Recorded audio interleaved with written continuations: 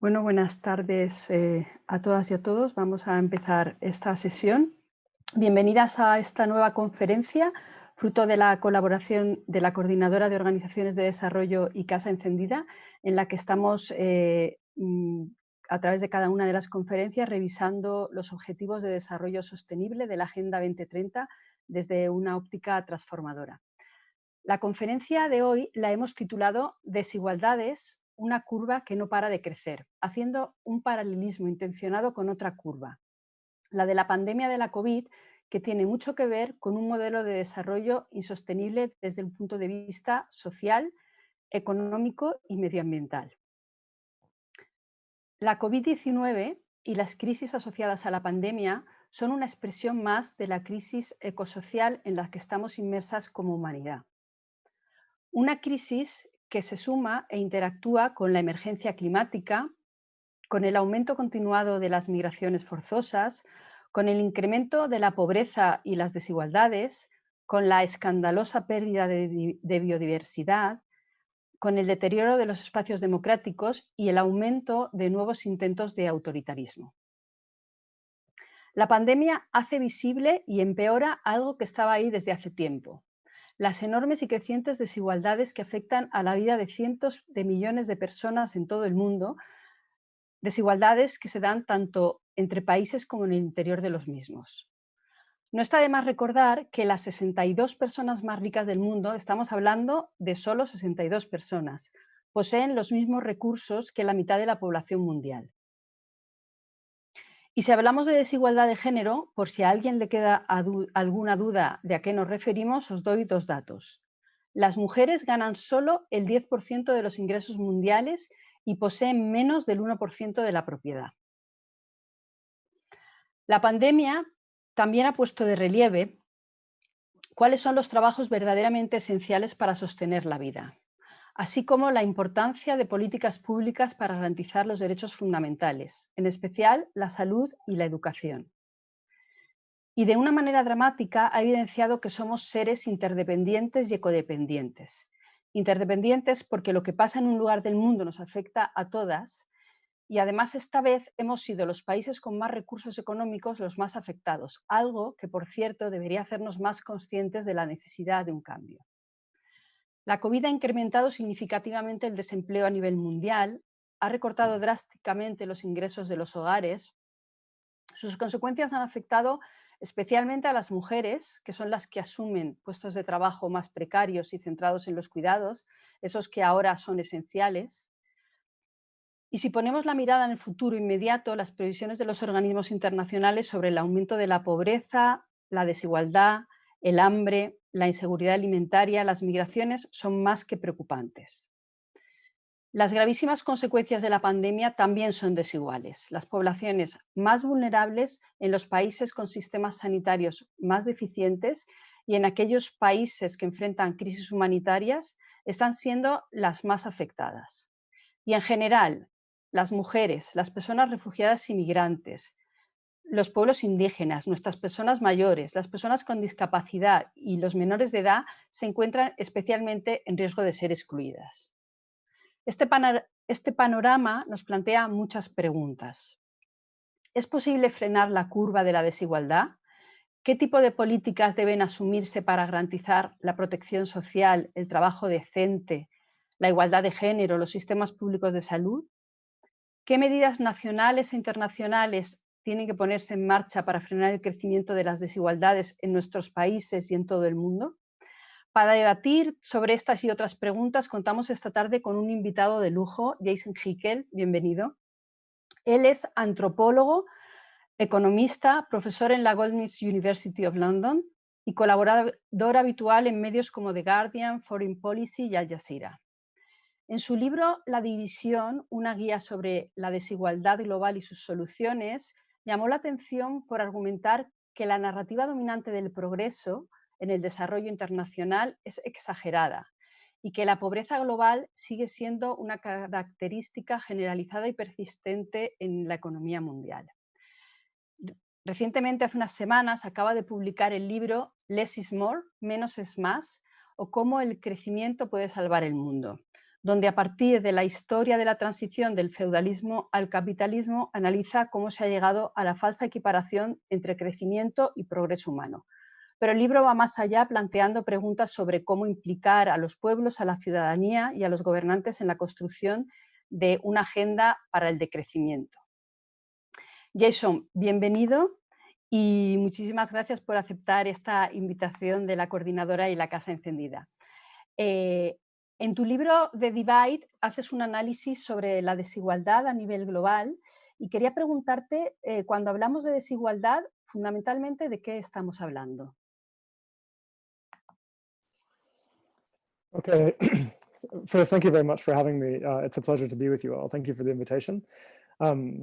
So in terms of global inequality, we see this in a number of key fronts. First of all, within countries, we know that inequality over the past 40 years has worsened significantly, virtually everywhere, with only a small number of countries as exceptions.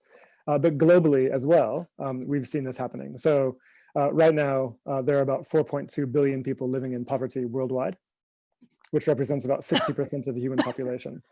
Now, what's important about this is that this figure, the number of people living in poverty, has worsened significantly since 1980, when records began, over the past 40 years.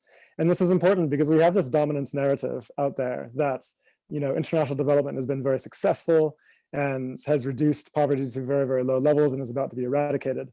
But that discourse relies on an extremely low poverty line, $1.90 a day, which we know is totally arbitrary and has no grounding in the empiric realities of actual human needs. So scholars have been pointing out for a very long time, you can't live on $1.90 a day. You need closer to about $7 a day. And at that level, we see that the number of people in poverty has been rising and not falling over this period. So what's really going on is that while the incomes of poor people have been increasing very, very slowly, it has not increased enough to actually lift anybody out of poverty, or very few people. Pretty much the only place where poverty is being reduced is in China, which has not adopted the same neoliberal strategies that have been forced on the rest of the world. Okay. Now, contrast that reality of persistent global poverty in the world economy with what's happening at the very top in terms of the richest. So the richest 1% capture 19 trillion US dollars in income per year. Now, to put that in perspective, that's more than the GDP of 169 countries combined every year, right? Only 1/3 of that, right? 1/3 of that would be enough to end global poverty at a high poverty line and achieve very high levels of human development for everyone in the world, if only it was distributed more fairly, okay? So there's really not a problem of aggregate scarcity in our economy. It's a matter of maldistribution. And in case you think that the rest of the income is shared more fairly, the richest 5% capture nearly half of total global GDP. So what that means is that half of all of the labor that we render every year, and half of all of the emissions that we emit, and half of all of the resources that we extract is done in order to make rich people richer, okay? And this in the middle of an ecological crisis. So that's one thing. The other thing is that there's also growing inequality between countries. Okay. Now, here again, there's this narrative out there in the media that poor countries are catching up to rich countries thanks to neoliberal globalization, and the old colonial divide has shrunk, has diminished, or even disappeared. But the reality is exactly the opposite of that. The real per capita income gap between the global north and the global south has quadrupled in size since the end of colonialism. So the world is more unequal today than it was during the colonial period. Now, crucially, this is not because the poor are somehow separate from the world economy, okay, which is the way that they're quite often portrayed in the media. On the contrary, they're deeply integrated into the world economy, and they have been for 500 years, since the onset of colonialism. So we know that during colonialism, the global south, the people of the global south were made to be exporters of cheap labor and cheap raw materials for the sake of accumulation in the global north, right? Enrichment and accumulation in the north. And that remains true today. The people of the global south sew most of our clothes, they grow most of our fruit, they dig up the coltan and lithium that we use in our phones and electric cars and whatever it might be.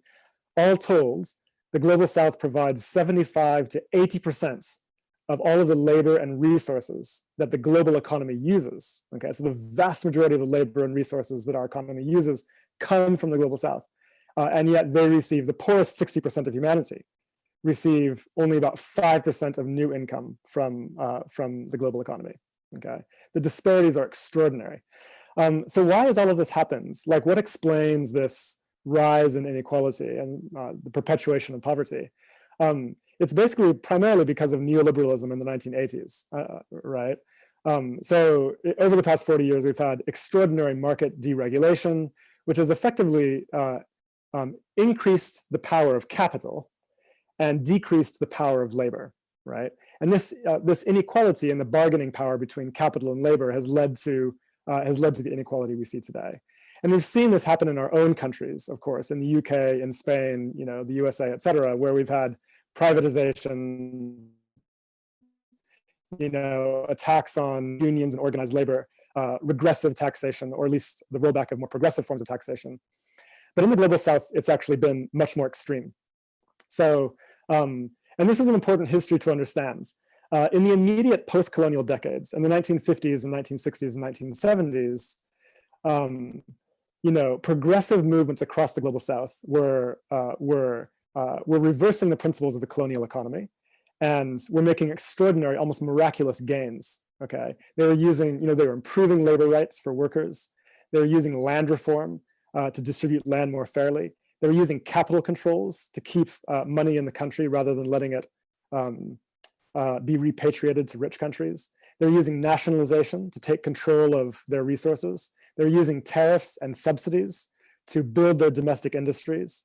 And this was achieving huge improvements in income and huge reductions in poverty, and closing the income gap between the global north and the south for the first time in history since the beginning of colonialism. And yet Western powers saw this as a threat. It was a threat because it was cutting off their access to cheap labor and resources, which they had enjoyed under the colonial period and which their economies depended on. And so during the 1980s and 1990s, they imposed structural adjustment programs across the global south, which basically reversed all of these progressive policies. It reprivatized assets, it's ended the use of tariffs and subsidies and capital controls, and so on, right? So effectively, structural adjustment prevented global south countries from using the policies that are necessary for actual developments. And the purpose, of course, was to restore Western access to cheap labor and resources, which it did. And that's the economy that we live in today, which is characterized also by an extraordinary outflow of capital from poor countries to rich countries, which vastly outstrips the aid that goes in the other direction. Okay, so we have this discourse that rich countries give aid to poor countries out of their benevolence, but in reality, more money flows from poor countries to rich countries than the other way around.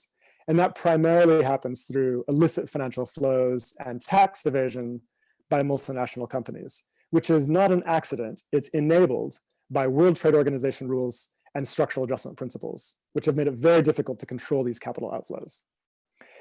Now, but here's the thing, is that I want to make it clear that while neoliberalism is immediately responsible for this crisis, it's not the main problem here.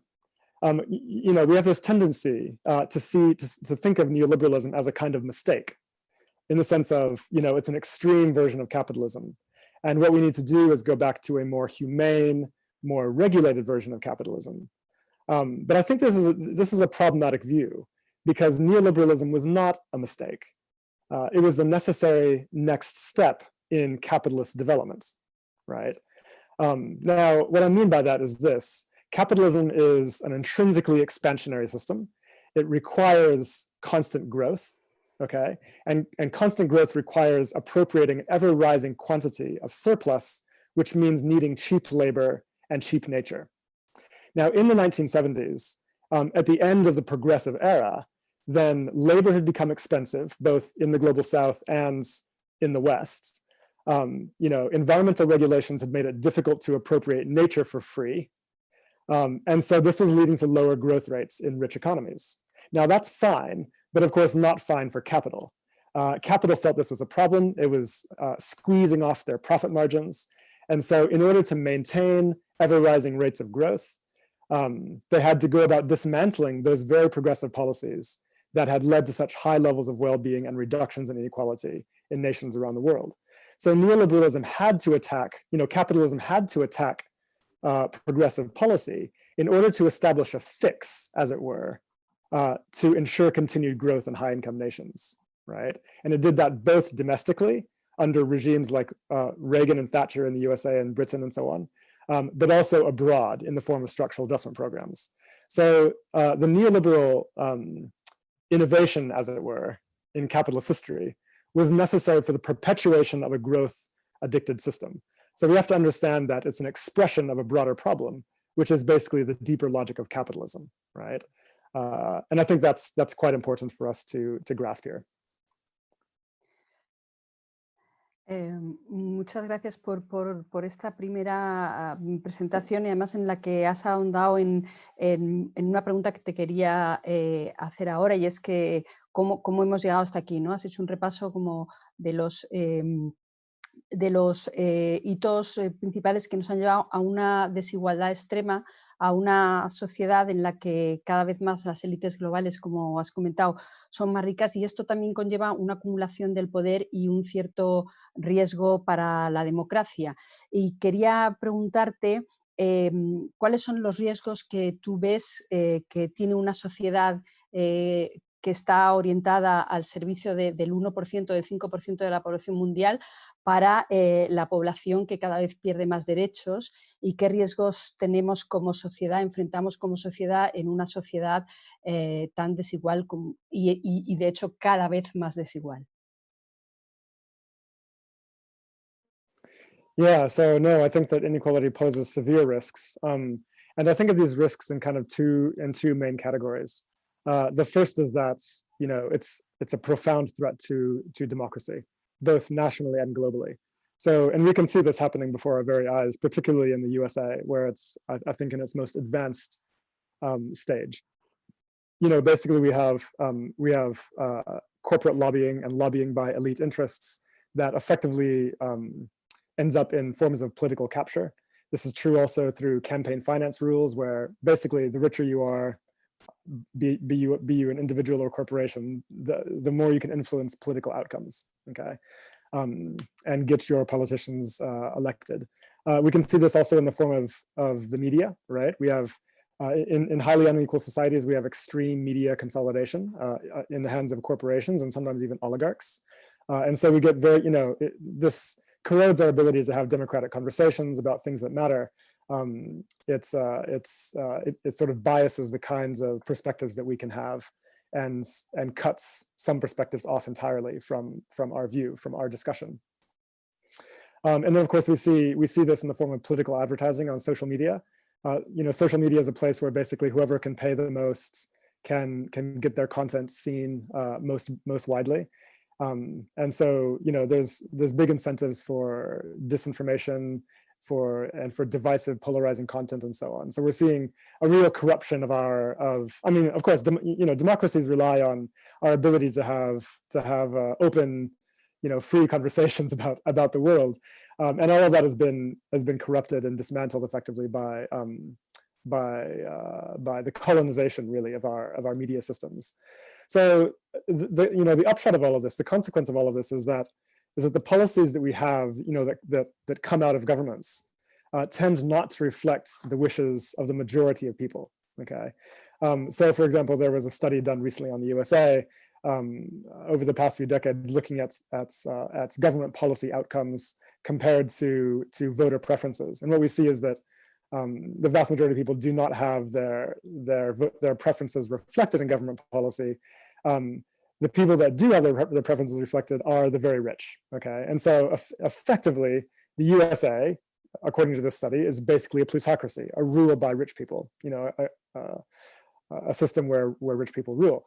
And that's true broadly across many countries these days, with the exception of maybe some of the social democracies.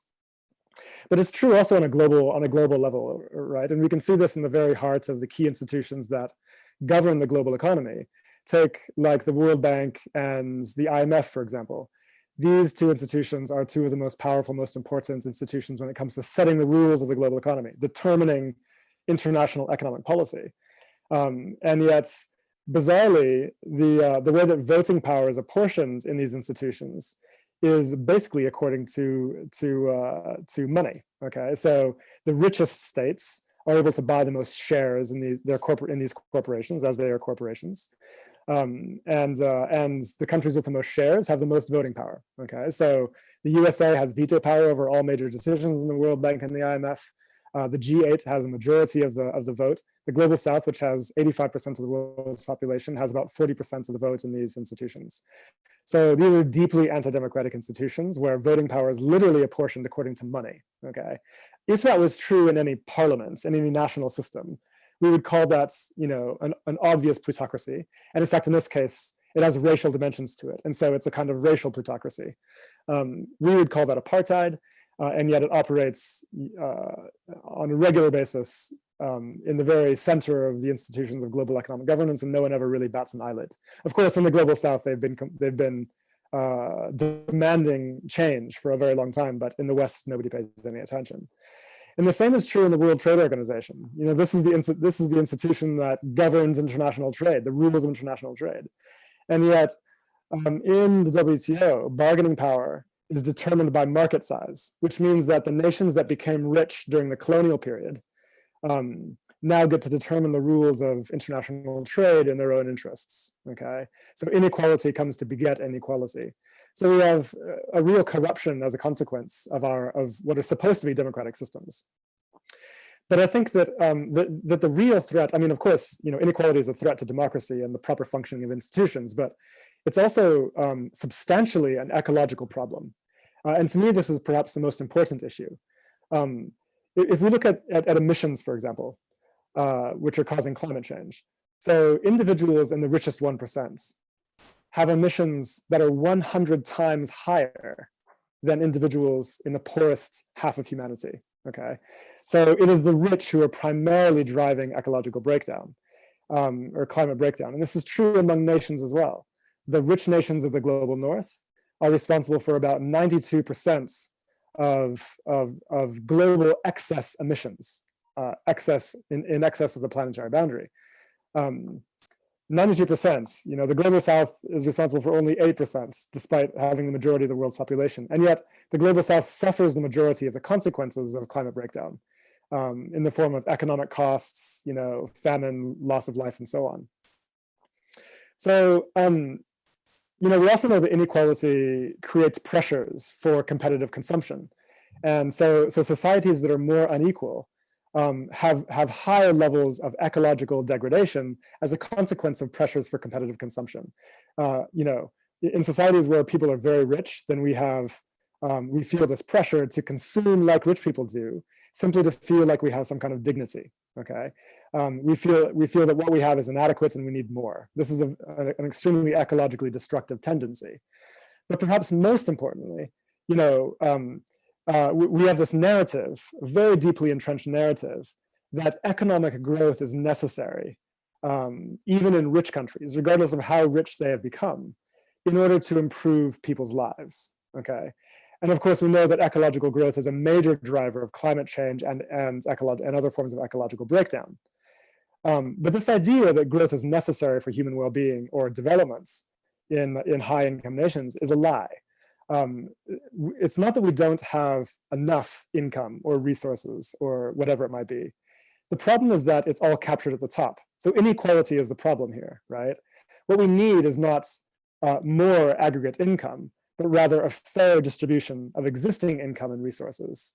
And most importantly, investment in universal public services, because we know that the greatest single determinant of human well-being and happiness and life satisfaction is access to universal public services, access to the goods that we need to live long, healthy, flourishing lives. Okay, so in this sense, reducing inequality and investing in public services is an ecological imperative. And I guess we can see, instead of calling for growth, what we need to be doing is calling for justice, and seeing, justice and equality as an antidote to the growth imperative. So those are some of the key crises that or threats that I see emerging from this kind of extreme inequality at minimum. Y en esa línea, tú estás planteando que sí es posible frenar esa curva de la desigualdad, que sí que hay recursos suficientes. ¿Cuáles son las políticas, o medidas, tanto a nivel nacional como internacional, que crees que deberían de ponerse en marcha para frenar el crecimiento de las desigualdades y para frenar también esa captura de la democracia por parte de las élites? Mm.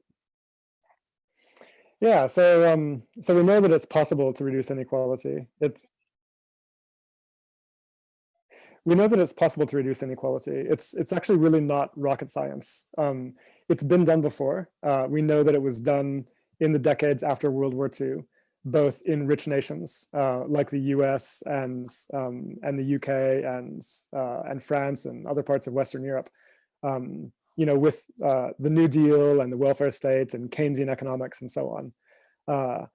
So it's clear that it's possible to do it. We also saw this done in the global South in the immediate post-colonial decades, where progressive policies were successfully leveraged to narrow both national inequalities as well as international inequalities. Okay.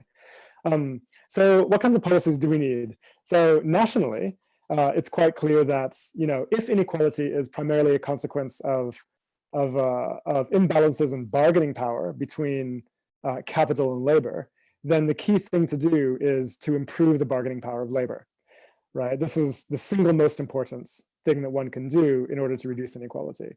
Now that can be done in a variety of forms. One option would be to introduce stronger labor laws that make it easier to organize into unions. So effectively a legal framework that supports unionization.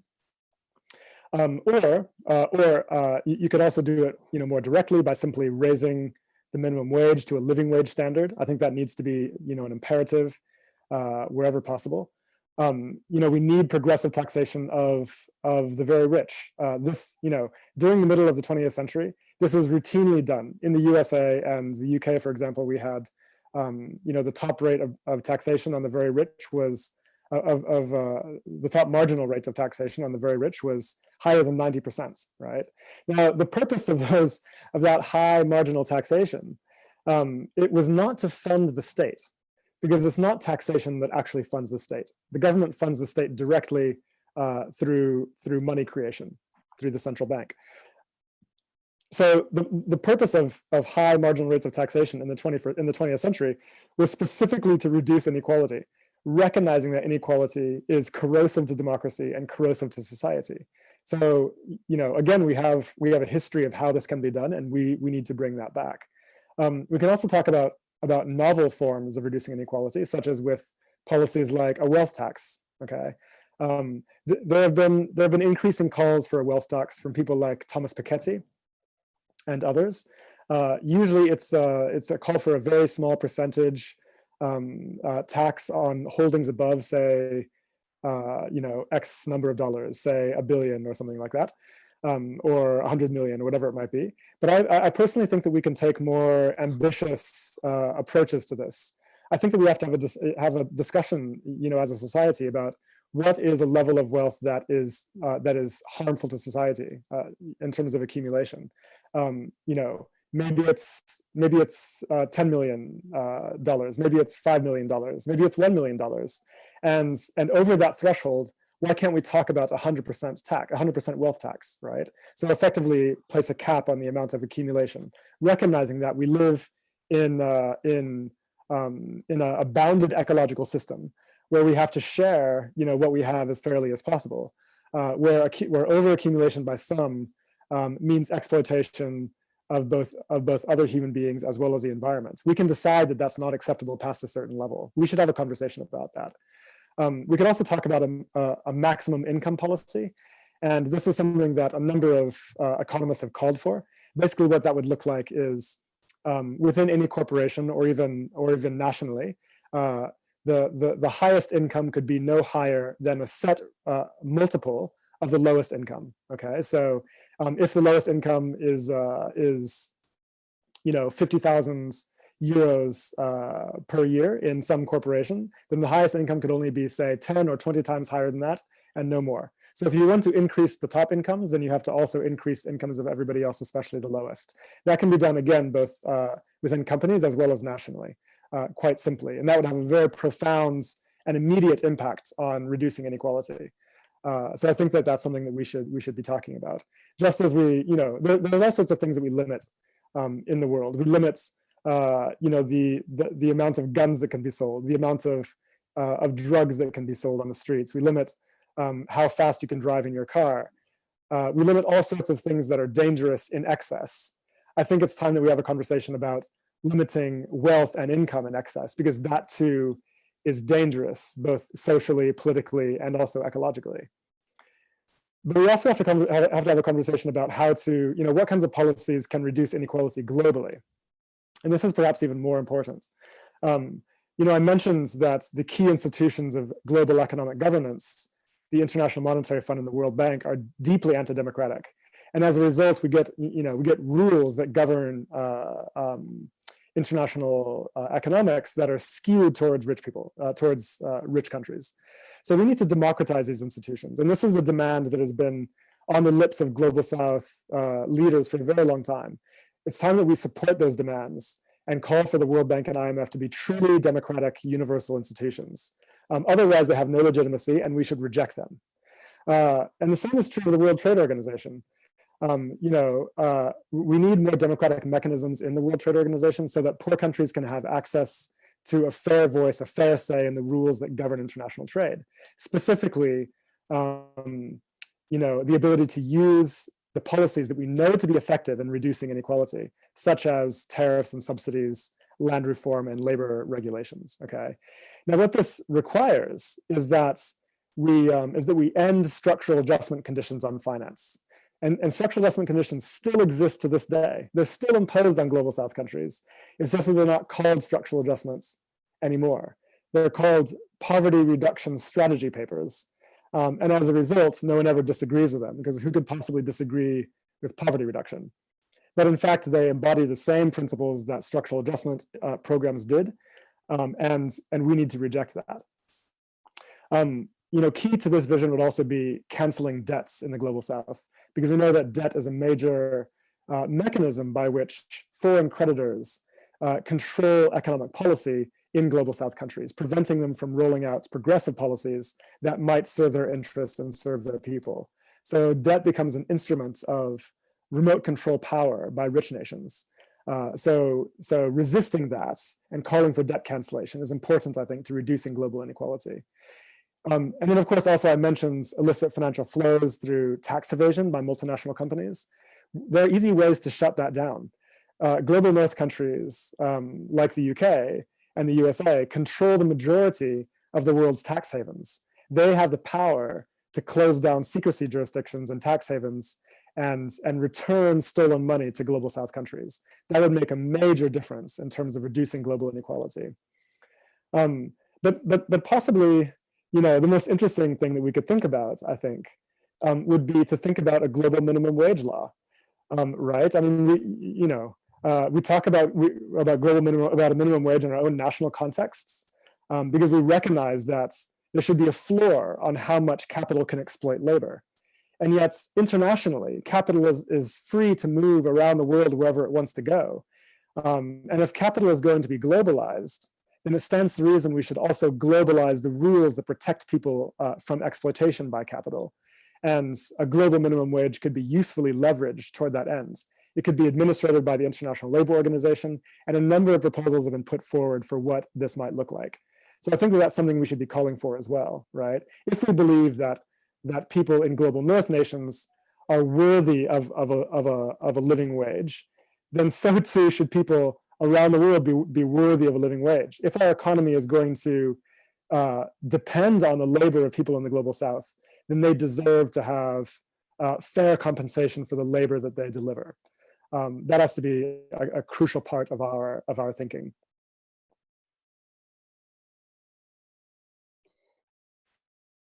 Esto último que has comentado me recuerda también uno de los trabajos peor pagados o no pagados en el conjunto del planeta, que es el trabajo de cuidados, el trabajo que realizan las mujeres, que suponen un activo necesario para la vida y que, sin embargo, está no solo poco reconocido, sino nulamente pagado, ¿no?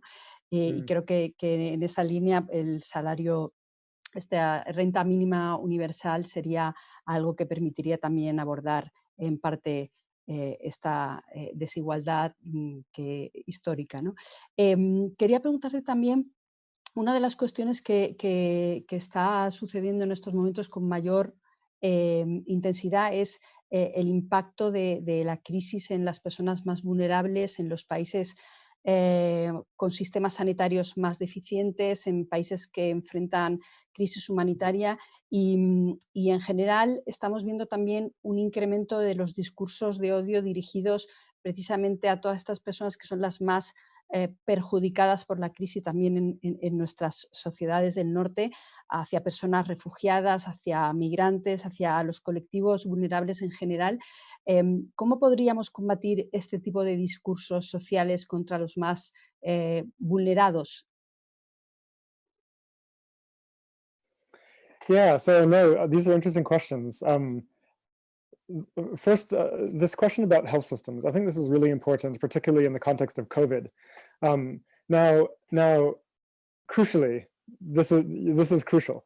The structural adjustment programs that were imposed across the global South, one of the key things they did was dismantled universal public healthcare systems that global South countries had been building up in the immediate post-colonial decades, right?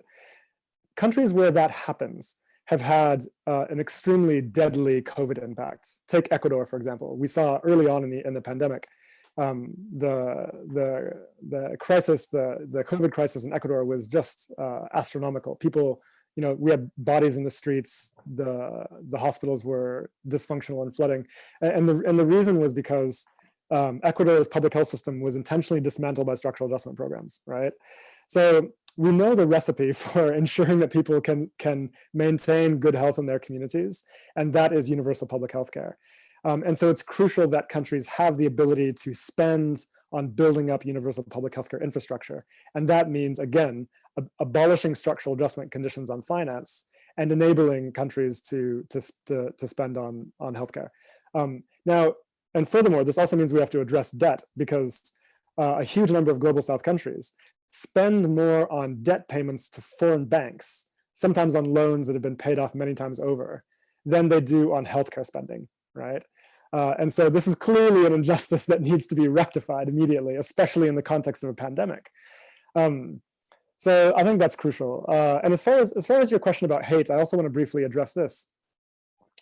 Yes, it's true. We've seen the rise of fascist discourse and anti-immigrant discourse that has become extremely toxic. And I think that what's going on here basically is that we have different factions of the global working class pitted against each other, right? And political leaders in the global North are happy to encourage and exploit this division by essentially saying, we will harm you with neoliberal policy, and then we're going to convince you to blame people of color, immigrants, foreigners, anybody that we can deem other, right? And so what we really need is we need an alternative narrative about what's wrong. Instead of the scapegoating narrative, we need a narrative that recognizes that the working class, both in the global North and in the global South, are similarly affected by the same broader structure, which is a global economic system that is designed around exploitation and accumulation rather than around human well-being and ecological stability. So we need to be able to unite across borders around a narrative that demands a fair global economy, fundamentally.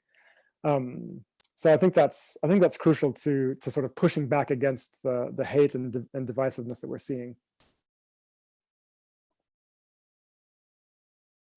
Estamos viendo efectivamente que la desigualdad, la lucha contra la desigualdad no está instalada en la agenda de la política de los gobiernos, al menos de manera generalizada. En muchos países, al contrario, todas las políticas siguen manteniéndose políticas que están profundizando y empeorando la situación. Pero ¿hay algún caso paradigmático o algún ejemplo de país que sí que esté planteándose las cosas de otro modo y que esté teniendo resultados significativos en la reducción de la desigualdad? Yeah, I mean, there's quite a few countries that do buck the trend in terms of inequality. So if you look at like the countries that are the least unequal, right, in the world, then what we see is that they basically fall into three categories. The first category is the classic, social democracies, primarily Scandinavian countries like Finland, Norway, Sweden, Iceland, and so on, but also Japan. So the classic social democracies have succeeded in maintaining quite egalitarian societies, right? With the kinds of policies that I've indicated already. We also see low levels of inequality in some of the former Soviet republics. Okay, so like Ukraine, Slovenia, the Czech Republic have very low levels of inequality. And then the third category of success stories, if you will, there's a handful of global South countries that have very progressive governments, like Vietnam is one of them that has very low levels of inequality. We also see low levels of inequality in Algeria and in Cuba. Now, we don't have to agree with everything about the political arrangement in these countries, but we can at least recognize where success has been achieved and celebrate that. And they've used the very policies that I've suggested here in order to accomplish those ends. But we also have lots of examples of reducing inequality from the past, from the 20th century, right? So again, we saw extraordinary reductions in inequality, active and extraordinary reductions in inequality in the USA, UK, France, and other parts of Western Europe in the 40s, 50s, and 60s, okay? So it's important to be able to recognize that we have those tools already in our toolkits. It's not rocket science, it's not foreign, like it's there and we can deploy those tools again. But also it's also useful to think about smaller examples of how inequality has been reduced with policy. And one of the examples that comes to mind is the Mondragon Corporation in Spain, where in Mondragon enterprises there is a mandatory maximum income ratio of 6:1, which means that in any given enterprise, the highest paid executive can only earn no more than 6 times more than the lowest paid worker in that enterprise. And that's again a really effective and very immediate way of ensuring a more egalitarian outcome. Hablando de herramientas y al hilo de este último ejemplo que es muy útil, ¿no? Porque es un ejemplo muy concreto de cómo se puede actuar en nuestra propia realidad, haciendo ejemplos que además pueden servir de modelo para extenderse hacia otros espacios y otros ámbitos. ¿Qué sugerencias o qué piensas tú que tenemos que hacer como sociedad civil? ¿Qué herramientas tenemos como sociedad civil para enfrentarnos a los grandes desafíos que hemos pasado un poco por encima, pero que a todos tenemos en la mente, de la crisis, la emergencia climática, el gran reto de la sostenibilidad, el gran reto de la desigualdad, de la pérdida de espacios democráticos? ¿Cuáles son las herramientas que crees que como sociedad civil tenemos o debemos explotar y promover para hacer frente a lo que se nos viene encima? Yeah, well, I guess, yes, I think that I do think that civil society needs to have a kind of reckoning. And I say this as someone who has long been part of civil society. I mean, I started my career, in the international development sector. And, like much of what I say actually emerges from my critique of my own time in that sector. So this is what I would say, is that I think that civil society is basically too polite towards power, okay? It's effectively too civil, if you will. And I think we need to be more uncivil, because the crises that we face of extreme inequality and ecological breakdown will not be solved by tweaking around the edges of the system, right? It requires a much more radical approach, and we need to be ready for that, or else face catastrophe in the 21st century. So it really is like, are we willing to rise to this challenge? Are we willing to put aside the kind of mediocre reformism that we have so long deployed in favor of more radical alternative visions? So, you know, the key thing I think is, I mean, for example, if you look at the SDGs, right? The SDGs are the outcome of intensive civil society lobbying, and we might see them as quite a good outcome in many ways. But let's take a look at SDG 10, which is the goal on inequality. SDG 10 is an example of extremely watered down thinking that is not going to work, right? So, so the very first target calls for, it says, you know, it calls for the bottom 40% in nations to achieve an income growth rate that is higher than the national average by 2030. Now, what that effectively means is that when the SDGs were signed in 2015, then it was going to be okay. We agreed it was going to be okay to continue to increase inequality until 2029, at which point only then we might think about decreasing it. Of course, at that point, the agreement is expired and nobody is talking about it anymore. But furthermore, this idea that we can grow the incomes of the poor without thinking about the incomes of the rich is ecologically illiterate, okay? Right, and also doesn't address the problem of absolute inequality anyways. And so effectively we have a goal, we have an objective enshrined in the Sustainable Development Goals that doesn't reduce inequality at all. It doesn't question accumulation by the richest. It doesn't question absolute inequality. It doesn't see the relationship between inequality and ecological breakdown, and doesn't think of the limits of accumulation. So in every respect, it's a failed goal, and we should reckon with that fact. I think it's essential that you know, that we learn lessons from this and begin making much more you know, appropriate demands. And this is true throughout the SDGs. I mean, the SDGs are supposed to be about development at minimum, but they don't say anything about democratization of the World Bank and the IMF. They don't say anything about the problems with market liberalization under the World Trade Organization. In fact, they call for more trade liberalization, which we know is against the interests of global South countries. It doesn't say anything about tax evasion. It doesn't say anything about debt cancellation. I mean, virtually every issue that we know to be absolutely essential to reducing inequality and achieving, you know, human development in the global South is completely ignored by the SDGs, and that's not acceptable. And I think that civil society has to accept responsibility for some of that. Now, of course, I mean, a lot of this was watered down by powerful voices from the USA, which pushed back against many of the more radical demands of the global South and the SDGs. But civil society wasn't making noise about this, and we didn't have, you know, coherent, you know, more radical alternative that we were putting forward. And I think we have to learn from that. We can't make that kind of mistake again.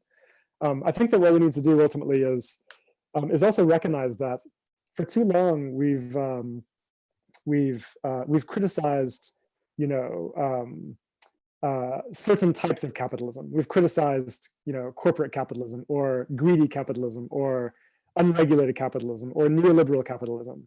But all of this has got us nowhere because we're not actually thinking intellectually about the real core of the problem, which is capitalism itself, right? I mean, the natural tendency of capitalism is to produce inequality. We know that for a fact. This has been demonstrated by even mainstream economists like Thomas Piketty.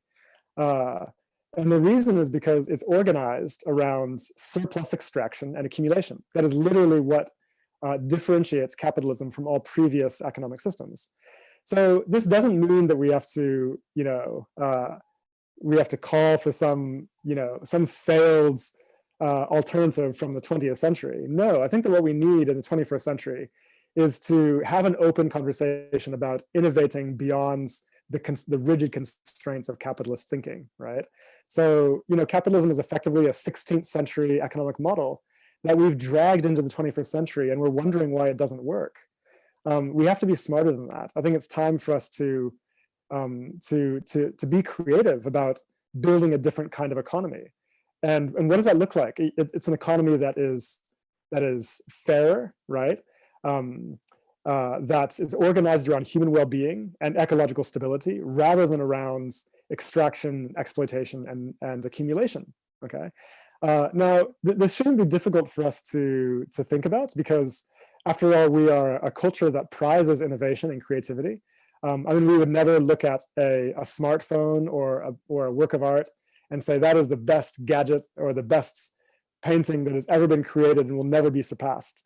We're aware that humans are deeply innovative, creative beings. But why is it that when it comes to the economy, we somehow assume that it's the best system that's ever been, capitalism is the best system that's ever been devised and will never be improved upon, and we shouldn't even try? I think we have to reject that and imagine our way towards a better future. I mean, ultimately, what is capitalism? I mean, what is the economy? The economy is our material relationship with other human beings and with the living world, right? That's literally the sum total of what the economy is. And we have to decide whether we want that relationship to be organized around extraction and exploitation, or organized around reciprocity and care, right? And I don't know about you, but for me, the latter sounds much, much better. And I think that we need to be organizing around a fundamentally different, more humane, more ecological vision of the economy for the 21st century.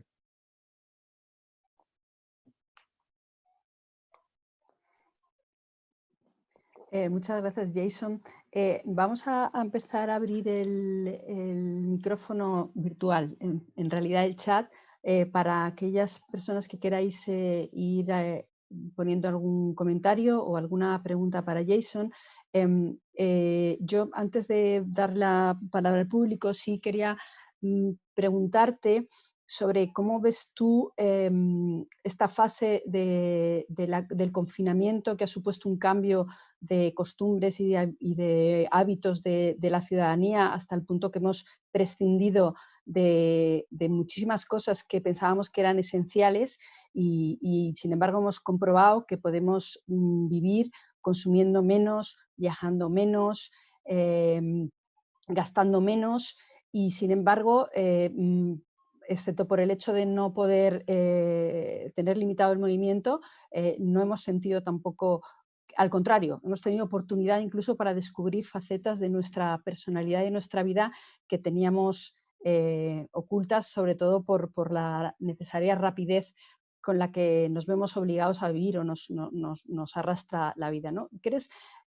En aquel momento parecía que era como una oportunidad también para plantear esas formas alternativas, esas novedades, y sin embargo la sensación es que, al menos en el ámbito de España, de la Unión Europea, las propuestas que vienen para la reconstrucción y la resiliencia son un poco parte de las mismas recetas. En cierto modo hay una cierta sensación no sé si de oportunidad perdida o de que no se está llegando o que no se está aprovechando esta oportunidad como podría ser para empezar a marcar un cambio de rumbo.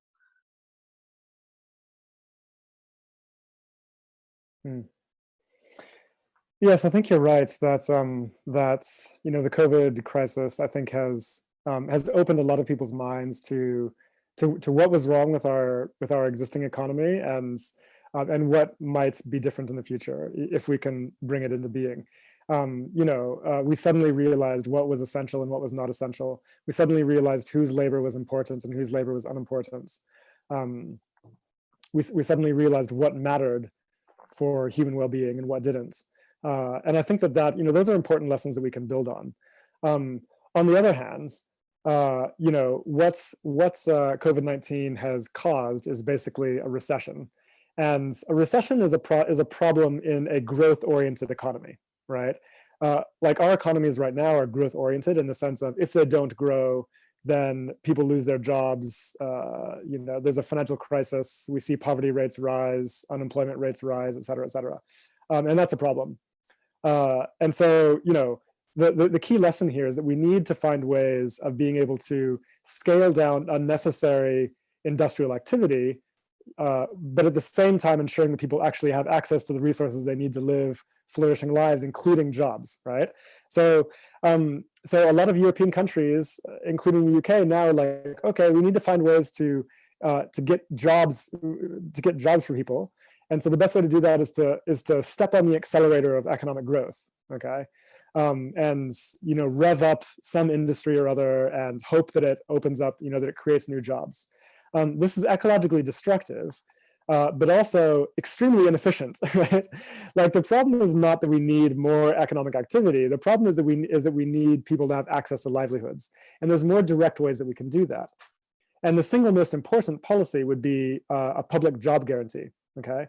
To ensure that everybody who doesn't have a job and who wants to work has access to a job doing socially meaningful, socially useful work, with a living wage, at 30 hours a week, let's say, okay? And okay, like what kind of work might this be? Well, we know that there's lots of work that needs to be done for the ecological transition. We have to, we have to install renewable energy, solar panels and wind turbines. We have to retrofit houses to be more efficient and insulated. We need to build more public transportation capacity. We need to regenerate degraded ecosystems. We need to reforest exhausted farmland. We need to rebuild soils, and we need to grow local food, et cetera, et cetera. There's lots of work that has to be done in order to establish a more ecological economy. The problem is the private sector is never going to do that by itself, right? It's not like just growing the economy is going to deliver the jobs doing those things. So we have to be smarter than that. And a public job guarantee can be used to direct labor to where we want it to be, so that people have access to livelihoods doing socially useful, essential work, including care, which we now know to be at the center of our well-being. So I think that's the solution, right? Like we don't need to rev up the economy just indiscriminately. Let's think about what parts of the economy we want to grow and what parts are too big and should be scaled down, that we don't need. And so we might decide that, look, I mean, the problem really with the COVID crisis is that it scaled down lots of things that we actually need, okay? So it closed down schools, cafes, gyms. These are really important to our lives. But at least now we know that we can have a conversation about what industries we want to scale down and what we want to keep. We want to keep cafes and gyms and schools, but maybe we don't need SUV production.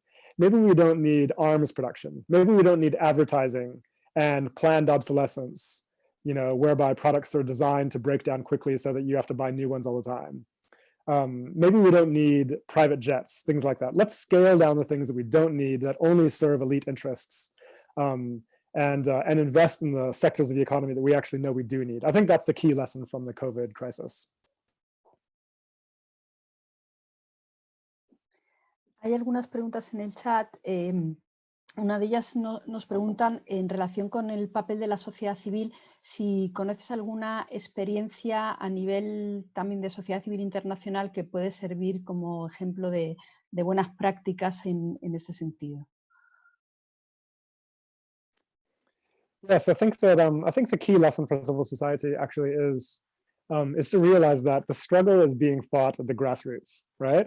Like, if you're a civil society organization that is focused on international developments, recognize that the people with real skin in the game are in the global south. They're the ones fighting for land rights, fighting against land grabs. They're the ones fighting for fair wages. They're the ones fighting for democratization of the World Bank and the IMF. They're the ones fighting for fair trade deals in the World Trade Organization. They're the ones fighting for debt cancellation, and so on and so forth, right? So what we need to do is align ourselves with those existing struggles, and in solidarity, and support them, rather than taking this kind of mitigating role. Like a lot of Western civil society organizations take this kind of mediating role between grassroots struggles and the state. We shouldn't mediate. We should amplify. We should amplify the struggles of the grassroots. So take like La Via Campesina, for example. It's a global network of peasant farmers from around the world that are organizing around food sovereignty and access to seeds and regenerative agricultural methods and so on, right? that is an effective movement against land grabs and corporate agribusiness monopolization. We need to be supporting movements like that because that's where the power lies. And there's many examples that we could use, but the key thing I think over and over is to find the grassroots struggles and do everything possible to align with them as accomplices, and magnify and amplify their voices. Hay otra pregunta en relación con la brecha digital y cómo esta situación actual está minando las oportunidades de la infancia y de los hogares que no tienen acceso a la tecnología y a la conectividad. Y pregunta, bueno, ¿cómo podríamos frenar esta desigualdad en una sociedad en la que ahora mismo el acceso a la tecnología es más importante que nunca? Yeah, I think the answer to that is the same as for all essential goods, is that these should be public goods, right? So we need universal broadband because internet is a core feature of communication these days, right? So while we have private, this total reliance on private internet providers is really a disaster. It makes it inaccessible to a lot of people. And so just as, during the 20th century, we all realized that we have to have national public control over telecommunications infrastructure. And, virtually every country at some point did that with significant effect. We have to have the same thing for internet provision, right? So I think that's one key thing. The other thing I think is we have to, we have to ensure that public libraries are reestablished. I mean, neoliberalism has dismantled public libraries across the world. And these are essential hubs where people access knowledge, but also access the internet, access computing technology that they otherwise might not be able to buy. So, ensuring that there's a public library in every neighborhood, I think is essential. And that's not a reality right now, and it needs to be. Hay otra pregunta sobre la publicidad, que habías mencionado tú antes, que está orientada a la creación de deseos inútiles, a la necesidad de comprar y poseer cosas, y yo añado algunas de ellas bastante malas para la salud. Y la pregunta es si consideras que es posible legislar sobre la ética de la publicidad para mitigar los efectos perversos que tiene a nivel social. Yes. I cannot. I mean, you're absolutely right. Advertising has extremely perverse effects on society. We know that advertising expenditure is directly associated with excess resource consumption and energy consumption, which drives ecological breakdown, and inversely associated with human happiness and life satisfaction, right? And so the more ads we have, and ad expenditure is rising year on year at an exponential rate. The more ads we have, the more unhappy we are, and the more we consume needlessly, right? And so it's essential that we regulate against advertising, and this can be done and has been done. Sao Paulo, which is a city of 20 million people in Brazil, banned ads in public places. And we saw remarkable effects. We saw that people were happier, felt more satisfied with their lives.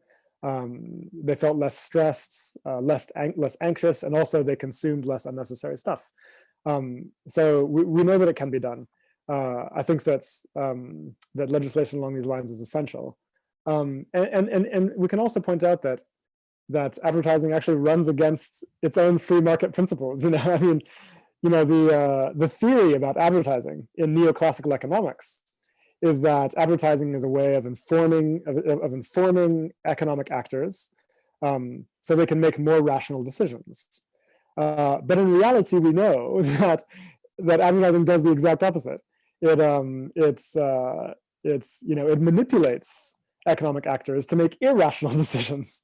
And so even by the virtue of neoclassical economic theory, advertising should go. And what's interesting is that in the age of the internet, if you have a need of some products, then you can find it without needing to resort to advertising, right? Like the internet makes it possible for you to find whatever you need without having to be directed there by an advertisement. And so effectively, the internet makes advertising obsolete, and we should embrace that fact. I think that's a hopeful possibility for us.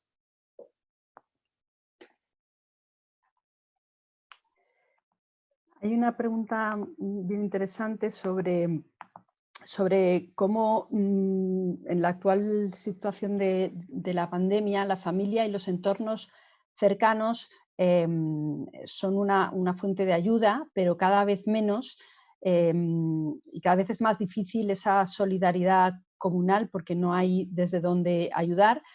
Y plantea si puede ser que esta crisis esté introduciendo una nueva variable de estratificación social vinculada con el riesgo de confinamiento. Si no, parece que nos están estructurando en grupos de desigualdad, por ejemplo, diferenciando entre personas confinadas seguras, confinadas de riesgo y desarraigadas.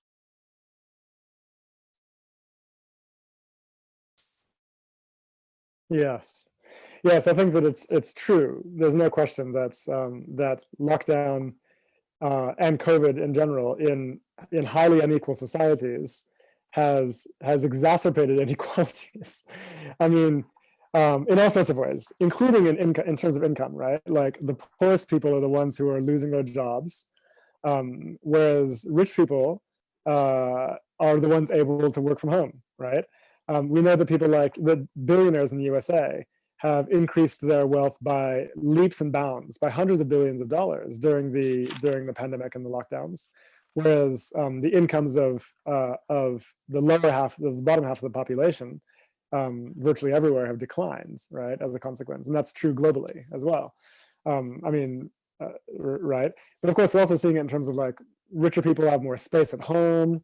They have rooms they can get away into. They can afford to order food in, you know, et cetera, et cetera. There's lots of ways in which being rich under these conditions is much easier than being poor.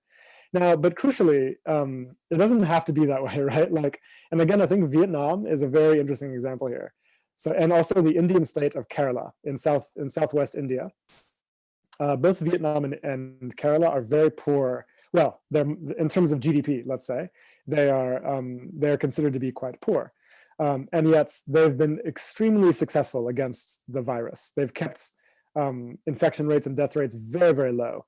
And this is not because they have high levels of technology or, you know, impressive interventions. They're using tried and tested public health interventions, you know, at the community level, relying on community solidarity to make sure people are fed and housed and have access to livelihoods. And the negative impacts of COVID on these societies is minimal compared to the impacts in, say, the USA, the UK, Spain, et cetera, right?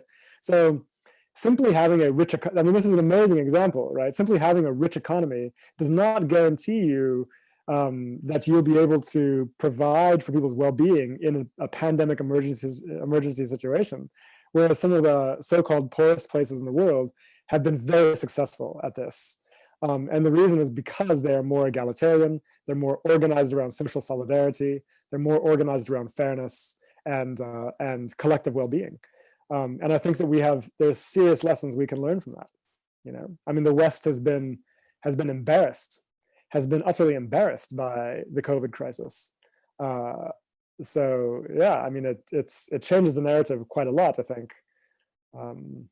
Indeed. Tenemos más preguntas por aquí. Hay una pregunta sobre la implementación del 5G, si, según tu opinión, se aplica el principio de precaución antes de su aprobación.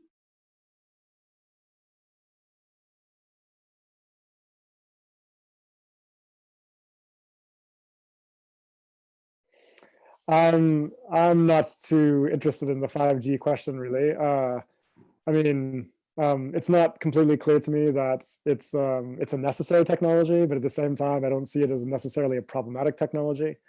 So yeah, to me, it's not a big issue either way. I mean, I think we have bigger fish to fry, basically. Like, as somebody else pointed out earlier, there's an existing digital divide that needs to be solved as a priority.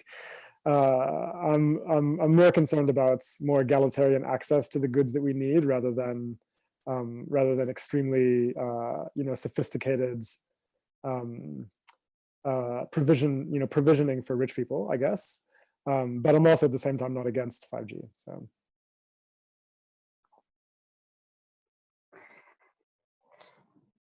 Gracias.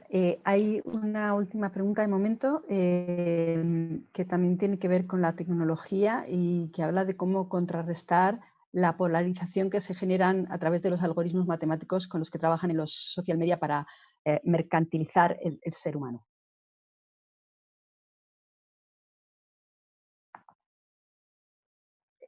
Sí, Yes. ¿Cómo contrarrestar la polarización que generan los algoritmos matemáticos con los que trabajan las redes sociales para mercantilizar el ser humano? Es una pregunta un poquito compleja. Yes, it's a good question. Social media companies are really exemplary of the problems of a growth-oriented economy. Okay, so the way that these companies are structured is the same as all corporations, which is that they require continual expansion simply in order to stay afloat. Okay, so and this is because of shareholder value rules and the need for returning dividends to investors and so on. Like basically, there's an imperative that they grow every year, regardless of whether or not we actually need them to. And so, of course, now that everybody already has an account of some kind in social media, like the organic growth has basically stopped. And so where are they going to get their growth from? They have to somehow make people stare at the screen longer so that they see more ads, right? And the way to get people to stare at the screen longer and see more ads is to use algorithms that addict people to content. Okay, so the algorithms basically know you better than you know yourself. It's basically an artificial intelligence machine that is programmed based on your personal data, which it has total access to. It's programmed to keep your eyes glued to the screen. There's no way that you can outsmart it. It will always win, right? It's like going into a gambling house. You know you're going to lose. Ultimately, the house always wins. Like ultimately, the AI is always going to beat you. You're not smarter than the AI in the AI when it comes to this. And so yeah, the algorithms we get basically they polarize because polarizing content is more addictive, and it sends you down these rabbit holes where you get feedback loops based on ideology and so on. And so what's happening to our society with extreme polarization and the erosion of democracy is a direct consequence of the growth imperative that social media companies have. Okay, so we see this as a destructive tendency in the same way that, say, an oil company is destructive in its own pursuit of endless expansion, or or any industry is destructive, in its pursuit of expansion. And so I think it's crucial to recognize. Now, what that means for the solution is, yes, you can try to regulate.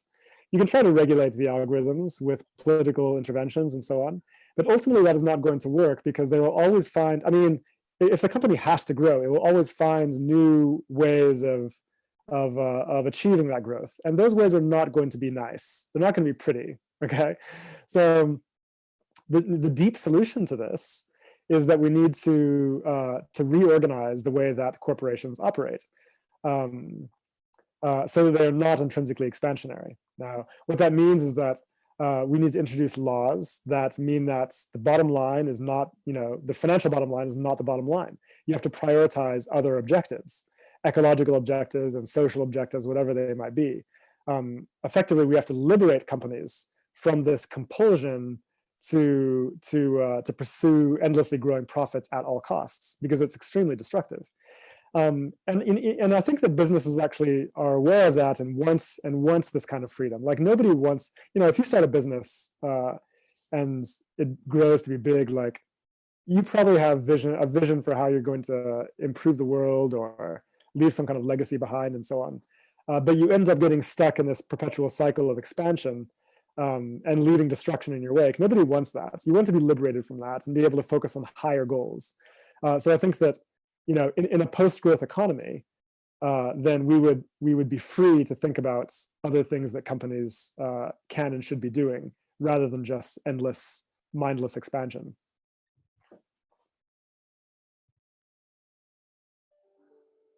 En esta línea de cambio de narrativa y de pedagogía, plantean, si como sabemos, para un estado de bienestar, para una satisfacción de las necesidades de toda la población, necesitamos ser conscientes del coste que esto tiene y de la seguridad que ofrece a la sociedad. Sería necesario incrementar la pedagogía fiscal para acometer una reforma progresista en profundidad a nivel nacional y también internacional. Yes. Yeah, I mean, there's a couple of things I can say about this. The first is that this idea that universal public services are too expensive is a lie. It's a lie because we know that we had them, 50 years ago, when GDP was a lot less. Right? So we know that it's possible to roll out high levels of universal provisioning without needing a lot of money, right? In fact, in virtually every case, universal provisioning is cheaper than private provisioning for core social goods. So take healthcare, for example. The USA spends nearly $10,000 per year per person in terms of healthcare expenditure. And yet Spain, by contrast, spends less than a quarter of that on its universal system and has significantly better health outcomes than the USA, right?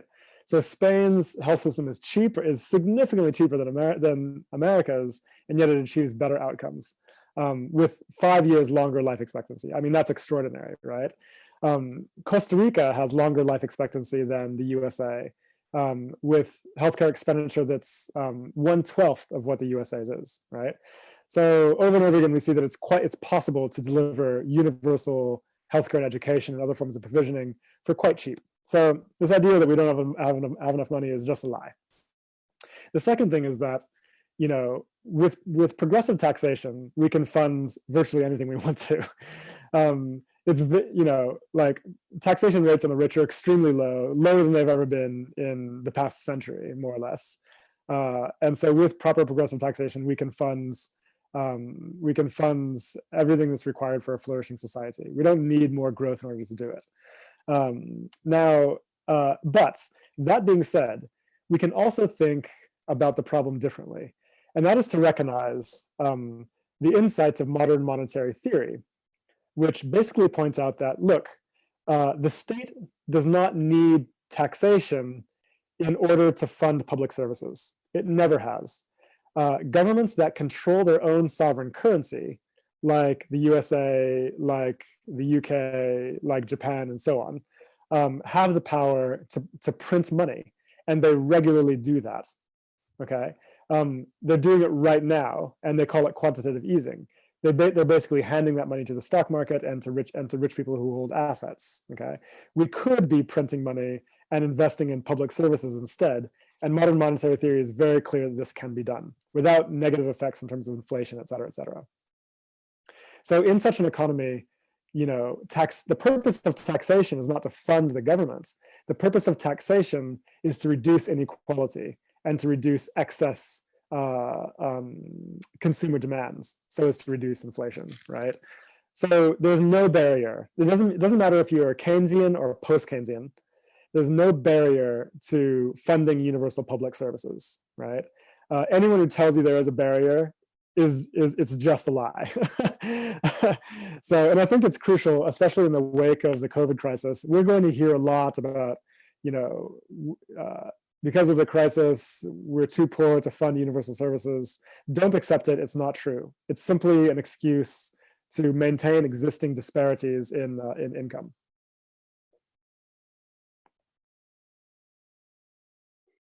Muchas gracias, Jason. Vamos a ir terminando, sobre todo porque tenemos a nuestra traductora Natalia, a la que desde ya le agradezco enormemente el esfuerzo que ha realizado a lo largo de esta casi hora y media para hacernos accesible a todas las intervenciones de Jason, al que, repito, le agradecemos enormemente que se haya asomado, aunque sea a través de esta ventana virtual, al público de España, que yo creo que todavía te conocemos poco y que podemos trabajar mucho. Ha sido una conferencia en la que bueno, hemos podido disfrutar de la claridad de tus ideas, de algunas propuestas muy inspiradoras, de desafíos. Yo creo que ese reto a la sociedad civil de ser muchísimo más ambiciosa y de alguna manera litigante, ¿no? con los grandes cambios que necesitamos, bueno, nos los llevamos en el haber, y también todos esos conceptos tan inspiradores, ¿no? Repito, como bueno, pues como empezar a pensar en esa economía post-crecimiento y también en la desmitificación de muchos de los mantras de la narrativa de la economía tradicional, que parece que nada puede pararse, porque si se para, el mundo se para, cuando sabemos que realmente es necesario que empecemos a cambiar el paso para empezar a construir otro mundo más viable. Así que lo vamos a dejar aquí. Muchísimas gracias, Natalia, muchísimas gracias a Casa Encendida, a las compañeras de la coordinadora, a Jason por tu tiempo y tus conocimientos, y a todas las personas que habéis participado en la sesión de esta tarde. Os invitamos a la próxima sesión, de la que informaremos puntualmente a través del boletín de la coordinadora y de la Casa Encendida. Muchísimas gracias.